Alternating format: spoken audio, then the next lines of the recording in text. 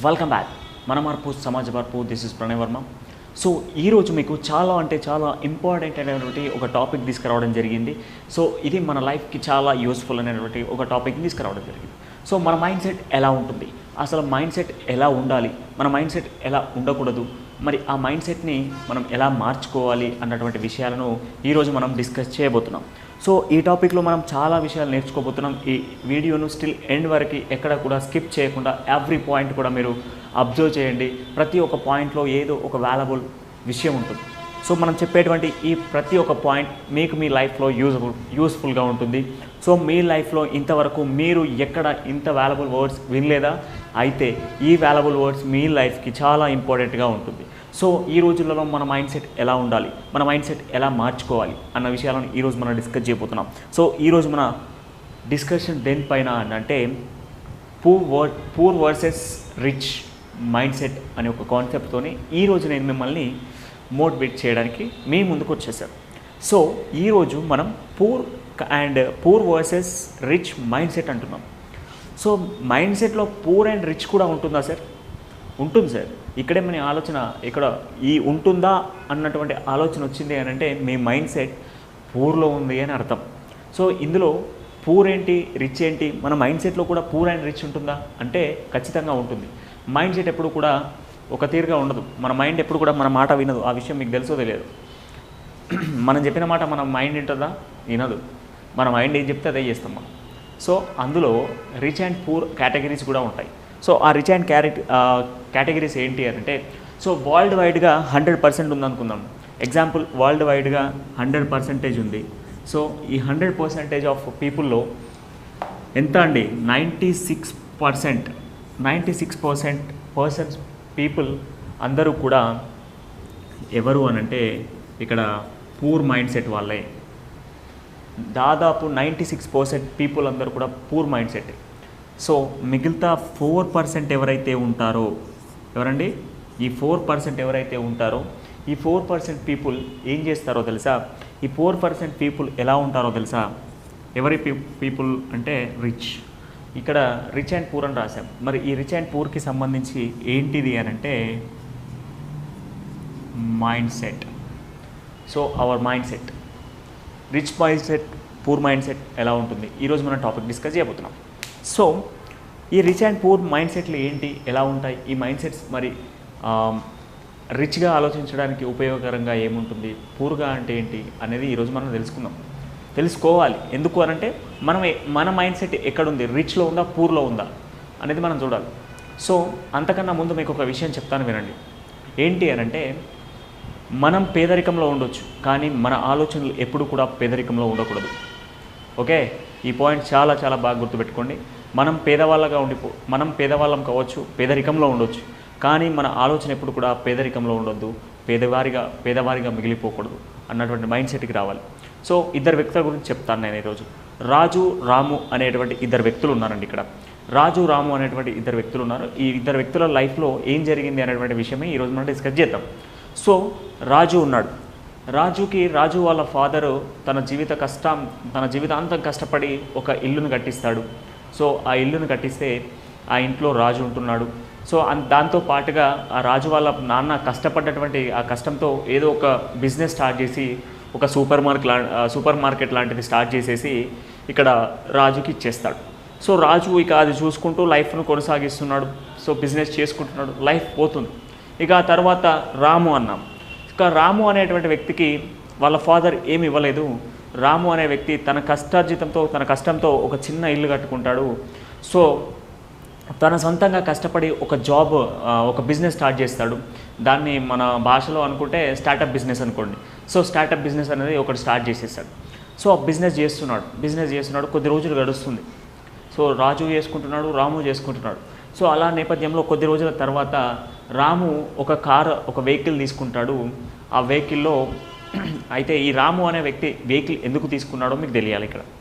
So రాము అనే వ్యక్తి vehicle తీసుకుంటాడు. ఎందుకు తీసుకుంటాడు అని అంటే, తను ఏదైతే బిజినెస్ చేస్తున్నాడో ఆ బిజినెస్కి సంబంధించి ఎక్స్పోర్ట్ అండ్ ఇంపోర్ట్ చేయడం కోసము తనకు ఒక వెహికల్ అవసరం. సో రెగ్యులర్గా తను తీసుకునేటువంటి వెహికల్స్ ఏదైతే బుక్ చేసుకుంటున్నాడో ఆ వెహికల్స్కి రోజు అమౌంట్ అవుతుంది. సో ఎందుకు ఇంత బల్క్ అమౌంట్ నేను ఖర్చు పెట్టాలి, అమౌంట్ ఖర్చు పెట్టకుండా నేనే ఒక వెహికల్ తీసుకుంటే ఆ అమౌంట్కి పెట్టేటువంటి ఖర్చు ఏదైతే ఉంటుందో అది నాకు మిగులుతుంది కదా, ఈ వెహికల్ కూడా నా దగ్గరే ఉంటుంది కదా అన్నటువంటి ఆలోచనలతో రాము ఒక వెహికల్ తీసుకుంటాడు. ఇక ఏదైతే రాము వెహికల్ తీసుకున్నాడు, వెహికల్ తీసుకొని రాజు ఏదైతే స్టోర్ ఉందో, రాజు యొక్క సూపర్ మార్కెట్ ఉందో ఆ మార్కెట్ నుంచి రోజు తన ఏదైతే రాము చేసేటువంటి ఎక్స్పోర్ట్ ఇంపోర్ట్కి సంబంధించి వెళ్తూ వస్తూ ఉంటాడు. సో ఆ నేపథ్యంలో రాజు ఆ కారును చూసి అమ్మ రాము కారు కొన్నాడు, నేను కూడా కారు కొనాలి అని చెప్పేసి రాజు ఏం చేస్తాడు అని అంటే తన దగ్గర ఉన్నటువంటి కొంత డబ్బుతోని ఒక కారు కొంటాడు. ఎంత కారు అని అంటే ఒక 12 లక్షలు 13 లక్షల కారు కొన్నాడు. సో మరి అంత డబ్బా ఆయన దగ్గర ఉందా అంటే లేదు. ఏం చేశాడు అని అంటే తన దగ్గర ఉన్నటువంటి 2 లక్షలు తీసుకెళ్ళి డౌన్ పేమెంట్ కట్టేసి 10 లక్షలు లోన్ పెట్టి కారు తీసుకొస్తాడు. ఇక కారు తీసుకొచ్చి ఏం చేస్తాడు అంటే ఏం రాము నేను కారు కొన్నాను అని చెప్పేసి రాముకు చూపిస్తాడు. ఆ తర్వాత తన ఫ్రెండ్స్ బంధువులకు ఇంకా వేరే వాళ్ళకి వాళ్ళ ఇంటికి వెళ్తున్నాడు, ఈ కారు కొన్నాను, ఇంత అయింది, ఇంత కారు అని తన హోదాను తన గొప్పతనాన్ని తను చెప్పుకునేటువంటి ప్రయత్నం చేస్తున్నాడు. సో అలా చేస్తున్నటువంటి నేపథ్యంలో ఆటోమేటిక్గా రాజు యొక్క బిజినెస్ ఏదైతే ఉంటుందో అది డౌన్ అయిపోతుంది. ఇక రాము తన అవసరం కోసం కొనుక్కున్నటువంటి వెహికల్లో తను బిజినెస్ చేసుకుంటున్నాడు, హ్యాపీగా లైఫ్ అనేది గోయింగ్ ఆన్ అయిపోతుంది. సో రాజు చేసినటువంటి మిస్టేక్ ఏంటి అని అంటే తన బిజినెస్ని పక్కన పెట్టి తన హోదాను చూపించుకునేందుకు ఓ ప్రయత్నం చేశాడు. ఆ ప్రయత్నంలో ముందుకు వెళ్తుంటే ఆ నేపథ్యంలో రాజు యొక్క బిజినెస్ ఏదైతే ఉంటుందో ఆ బిజినెస్ అంతా డౌన్ఫాల్లో పడిపోయింది. సో మైండ్ సెట్ అనేది ఎట్లా ఉండాలి అని అంటే రిచ్నెస్ ఉండాలి, పూర్నెస్లో ఆలోచించకూడదు. మనం ఆలోచించే ఏ విధానాన్నైనా కూడా రిచ్గా ఆలోచించాలి.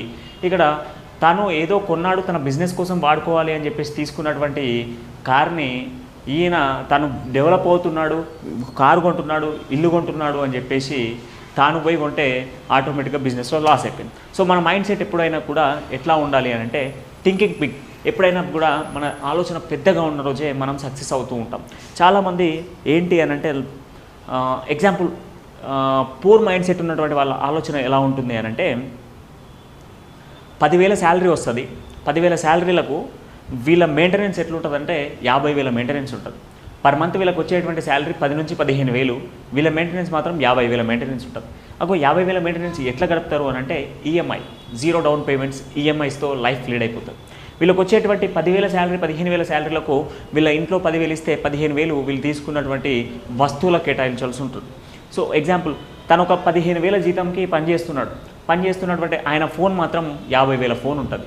మరి 50,000కో 10,000కో ఎట్లా కడతాడు ఏంటంటే ఎవ్రీ మంత్ తనకు వచ్చేటువంటి శాలరీ ఏదైతే ఉంటుందో ఆ శాలరీని ఈఎంఐస్ ద్వారా పేమెంట్ చేస్తూనే ఉంటాడు. ఇక లైఫ్ లాంగ్ గోయింగ్ ఆన్ ఇదే జరుగుతూనే ఉంటుంది. లైఫ్ అంతా కూడా పేమెంట్, ఈఎంఐస్. సో ఈ మైండ్ సెట్ ఉన్న వాళ్ళు ఎప్పటికీ కూడా డౌన్ఫాల్ అయితేనే ఉంటారు. సో ఎప్పుడైనా కూడా మన ఆలోచన అనేది పెద్దగా ఉన్నప్పుడే మనం లైఫ్లో సక్సెస్ అవుతాం. సో వీళ్ళ జీవితాంతం కడతనే ఉంటారు, ఇక ఈఎంఐస్గా మారదు, ఇక జీవితాంతం కడతనే ఉంటారు ఈఎంఐస్. కానీ అదే రిచ్ మైండ్ సెట్ ఉన్నటువంటి పీపుల్ ఏం చేస్తారు అని అంటే వీళ్ళకి ఏదైతే ఈరోజు వస్తువు అవసరం ఉందో ఆ వస్తువుకి వీళ్ళు ముందుగానే ఏం చేస్తారు అంటే దానికి సంబంధించినటువంటి రెట్టింపు అమౌంట్, ఒకవేళ 10,000 వస్తువు వీళ్ళకి అవసరం అయి ఉంటే 20,000 అమౌంట్ వీళ్ళ దగ్గర పెట్టుకొని 10,000 వీళ్ళ దగ్గర పెట్టుకొని ఇంకో 10,000తోని కొనేటువంటి ప్రయత్నాలు చేస్తూ ఉంటారు ఆ వస్తువుని. సో ఇక ఫ్యూచర్లో ఏం అవసరం ఉంది అనే దానికి ఇప్పటి నుంచే వాళ్ళ దగ్గర డబ్బు అనేది సమకూర్చుకొని ఆ తర్వాత కొనేటువంటి ప్రయత్నాలు చేస్తూ ఉంటారు రిచ్ మైండ్ సెట్ పీపుల్. ఇందులో కూడా కొన్ని కేటగిరీస్ ఉంటాయి. ఏంటి అని అంటే రిచ్ మైండ్ సెట్ ఉన్నటువంటి వాళ్ళు ఏం చేస్తారు అండ్ పూర్ మైండ్ సెట్ ఉన్న వాళ్ళు ఏం చేస్తారు అని అంటే ఇక్కడ రిచ్ అండ్ పూర్ మధ్యలో ఒక చిన్న టాపిక్ చిన్న లెంత్లో చెప్తాను వినండి. ఏంటి అని అంటే రిచ్ మైండ్ సెట్ ఉన్న వాళ్ళు ఎప్పుడైనా కూడా కొత్త బిజినెస్ స్టార్ట్ చేయాలి, ఏదైనా కూడా లైఫ్లో ఉపయోగపడేగా అంటే అమౌంట్ పెరిగేది. ఇప్పుడు ఏదైతే 10 రూపాయలు పెడుతున్నామో దానికి 20 రూపాయలు వచ్చే విధంగానే ఆలోచిస్తూ ఉంటారు. సో అలా వాళ్ళ ఆలోచనలు ఉంటాయి. ఎగ్జాంపుల్ తీసుకుంటే రిచ్ మైండ్ సెట్ ఉన్న వాళ్ళు ఒక ల్యాండ్ కొనాలి అని ఆలోచిస్తూ ఉంటారు. సో ల్యాండ్ వాల్యూ అనేది రోజుకు పెరుగుతుందా తగ్గుతుందా అంటే మీ అందరికీ తెలుసు, రోజుకు ల్యాండ్ వాల్యూ అనేది పెరుగుతూ ఉంటుంది.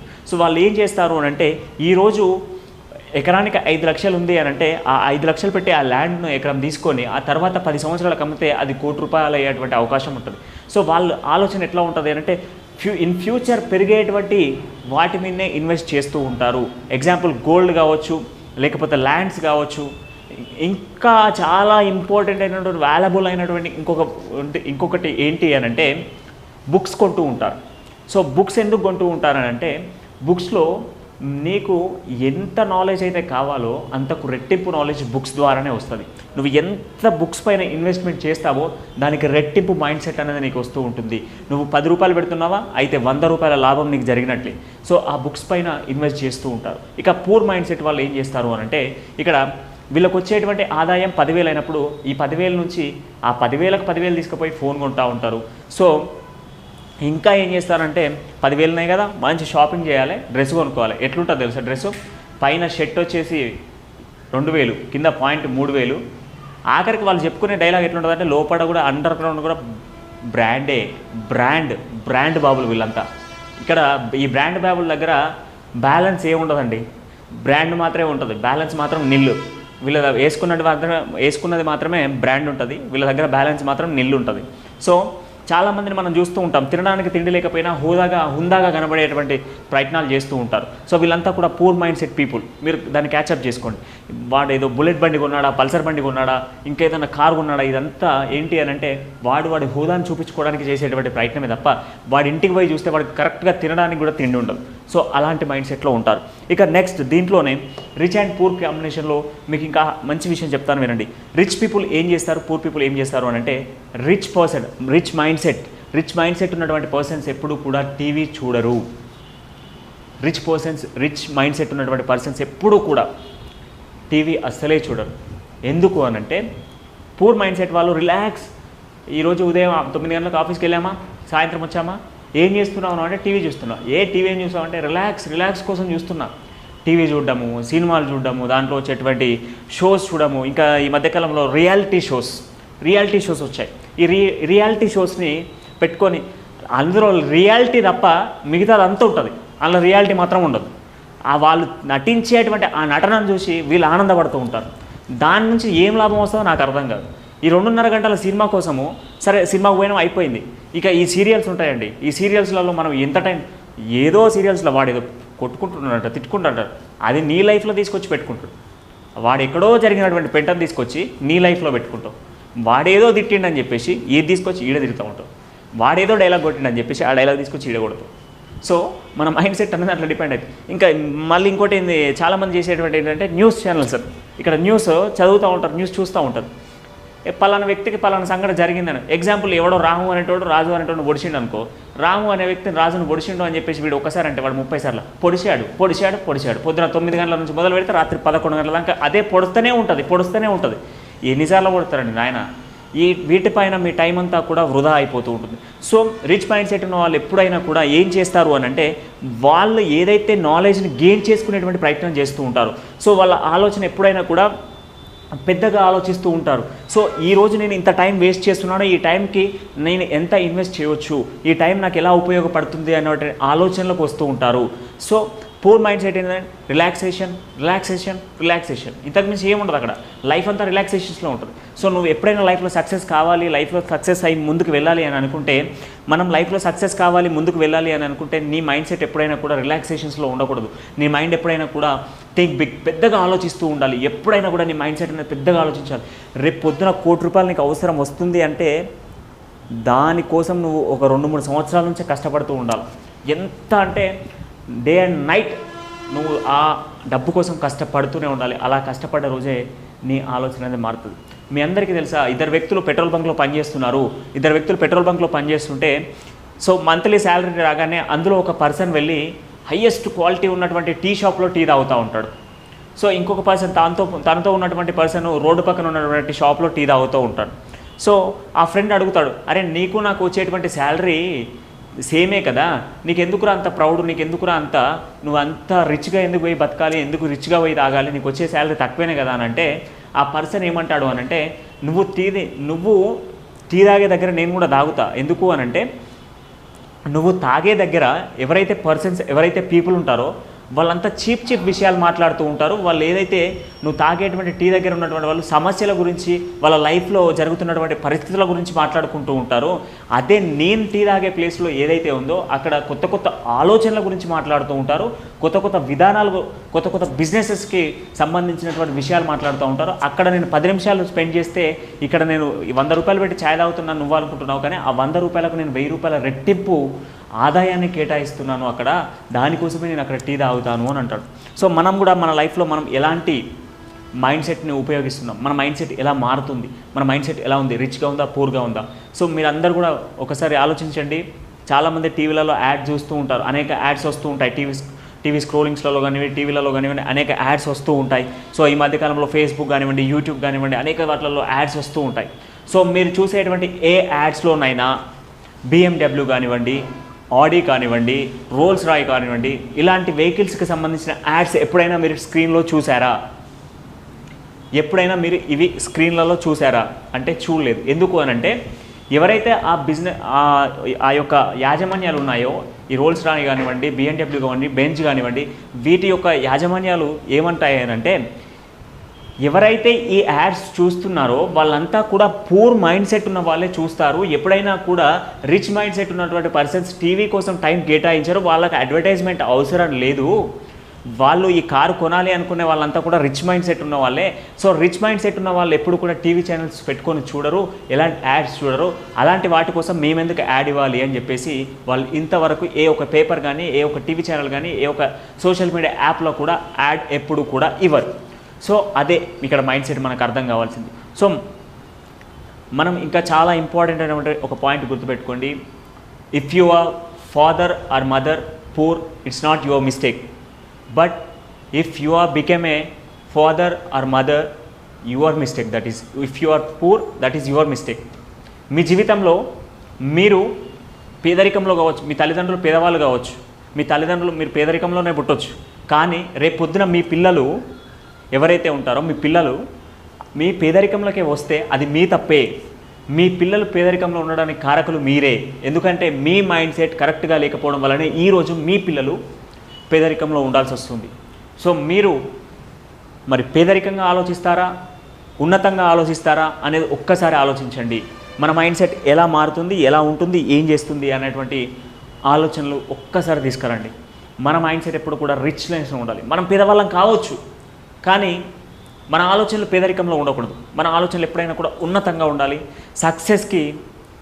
మనం సక్సెస్ కావడానికి మన ఆలోచనలే మొదటి కారణం. సో మీరు ఈ రోజు నుంచి అందరూ కూడా ఉన్నతంగా ఆలోచిస్తారని నేను అనుకుంటున్నాను. సో ఈ కాన్సెప్ట్ అంతా మీకు అర్థమైందని అనుకుంటాను. పూర్ వర్సెస్ రిచ్ అనే కాన్సెప్ట్లో మనం చాలా విషయాలు నేర్చుకున్నాం. సో మీ లైఫ్లో మీరు సక్సెస్ కావాలి అని అంటే ఎలా ఆలోచించాలి, మన మైండ్ సెట్ ఎలా ఉండాలి, మనం ఎలా ఆలోచిస్తే ఉన్నతంగా ఉంటాము, ఎలా ఆలోచించాలి, అసలు రిచ్ మైండ్ సెట్కి పూర్ మైండ్ సెట్కి ఉన్నటువంటి భేదాలు ఏంటి, రిచ్ పర్సన్ ఏం చేస్తాడు, పూర్ పర్సన్ ఏం చేస్తాడు. ఇక్కడ మనీ విషయం కాదండి, మైండ్ విషయం. మైండ్లో పూర్గా ఆలోచించేటువంటి వ్యక్తి ఏం చేస్తాడు, రిచ్గా ఆలోచించేటువంటి వ్యక్తి ఏం చేస్తాడు అనేది మీకు అర్థమైతే మీ లైఫ్లో మీరు సక్సెస్ అయినట్టే. మీరు పేదరికంలో పుట్టవచ్చు, మళ్ళీ చెప్తున్నాను, మీరు పేదరికంలో పుట్టవచ్చు, తప్పు లేదు. కానీ మీ పిల్లలు పేదరికంలో పుడితే అది మీ తప్పు మాత్రమే. గుర్తుపెట్టుకోండి, మీ ఆలోచన ఎప్పుడైనా కూడా రిచ్గానే ఉండాలి. అందుకోసమే మీకు చాలా ఇంపార్టెంట్ అయినటువంటి ఒక బుక్ గురించి కూడా చెప్తాను. ఈ బుక్ మీకు చాలా బుక్ స్టాల్స్లో దొరుకుతుంది. రిచ్ డాడ్ పూర్ డాడ్ అనే ఒక బుక్ ఉంటుంది. అది ఇంగ్లీష్ అండ్ తెలుగులో కూడా కొన్ని లక్షల పుస్తకాలు అమ్ముడుపోయాయి. దాంట్లో మీకు చాలా అంటే చాలా విలువైనటువంటి పదాలు ఉంటాయి. సో వీలైతే ఆ బుక్ తీసుకొని చదివేటి ప్రయత్నం చేయండి. సో ఆ బుక్లో నేను చెప్పినటువంటి ఈ ప్రతి ఒక్క టాపిక్ మీకు ఆ బుక్లోనే ఉంటుంది. రిచ్ డాడ్ పూర్ డాడ్ అనే ఒక పుస్తకాన్ని తీసుకోండి. ఆ పుస్తకంలో అనేక విషయాలు మీకు తెలుస్తాయి. మన ఆలోచనలు ఎలా ఉండాలి, మన ఆలోచన విధానం ఎలా మారాలి అన్నటువంటి ప్రతి ఒక్క అంశం అందులోనే ఉంటుంది. సో మీరందరూ కూడా ఆ బుక్ని చదవండి. సో చదివిన వాళ్ళు ఇదివరకే ఉంటే ఒకసారి ఎస్ అని కామెంట్ చేయండి. So thank you for watching. మరో క్లాస్తో మళ్ళీ కలుద్దాం. అంటిల్ దెన్ చూస్తూనే ఉండండి స్వాతి టీవీ. మన మార్పు సమాజ మార్పు బై ప్రణయ్ వర్మ.